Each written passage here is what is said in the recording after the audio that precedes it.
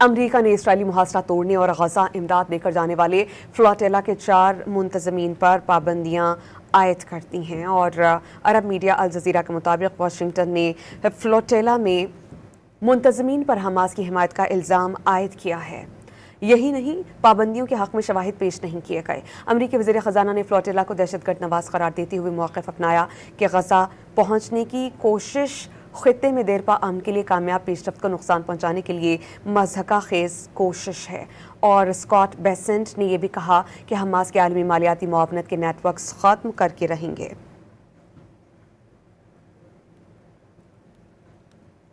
امریکہ نے اسرائیلی محاصرہ توڑنے اور غزہ امداد لے کر جانے والے فلوٹیلا کے 4 منتظمین پر پابندیاں عائد کر دی ہیں، اور عرب میڈیا الجزیرہ کے مطابق واشنگٹن نے فلوٹیلا میں منتظمین پر حماس کی حمایت کا الزام عائد کیا ہے۔